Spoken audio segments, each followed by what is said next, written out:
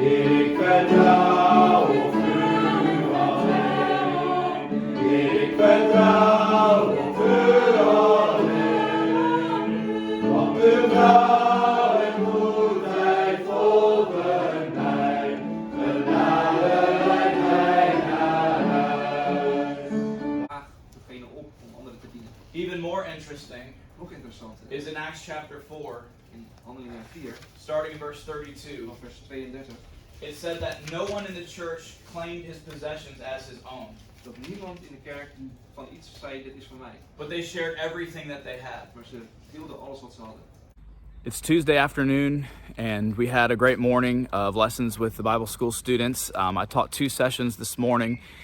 The first one was about, as a Christian worker in ministry, how to handle your personal finances, and had a lot of interesting conversations because we talked about tithing and offerings, and the students had a lot of questions about some of those principles, and so it was encouraging and also a challenging topic, I think, for everyone.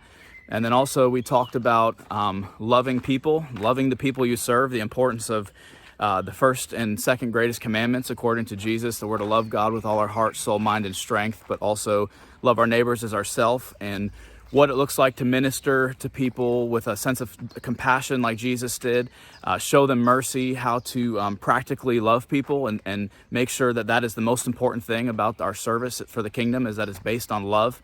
And so it was a good, rich conversation. Enjoyed the time teaching together, and now I had a short break and preparing for tonight. I'll be leaving in about an hour with Brother Job, and he's the leader of Heart for the Family, and he'll be taking me to about an hour away, a town that I spoke at last time I was here, where we're going to do a men's meeting.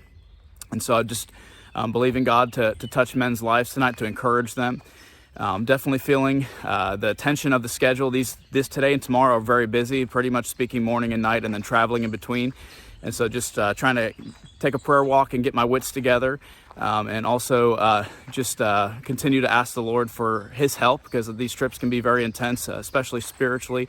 The spiritual warfare and the atmosphere is always very tense. And so I'm really grateful for those of you who are praying. I know many people are, and so thank you for continuing to bombard heaven for this trip. God's touching lives, and we're believing for many more things to happen. And so this next couple of days will be really rich ministry-wise and exhausting. And so thank you for your prayers, and I'll continue to share what God's doing along the way. Dan zingt mijn ziel tot u, o Heer mijn God. Hoe groot zijt gij, hoe groot zijt gij. Dan zingt mijn ziel tot u, o Heer mijn God.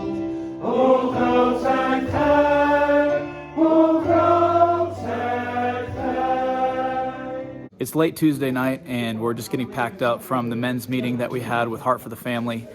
We drove about an hour away from the Bible school and met out here in a meeting place, and probably about 50 men came out to hear the message.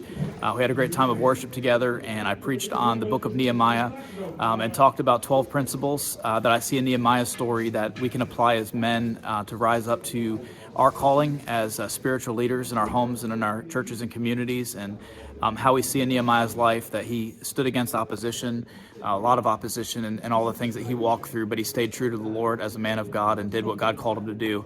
The people were really receptive. The men, you could really tell that they were engaged. It was really encouraging because they were really listening. And then afterwards, we broke into small groups and had some discussion questions, and had an opportunity to hear how the men were processing the message. And really, we had some rich, great discussion and prayer time together.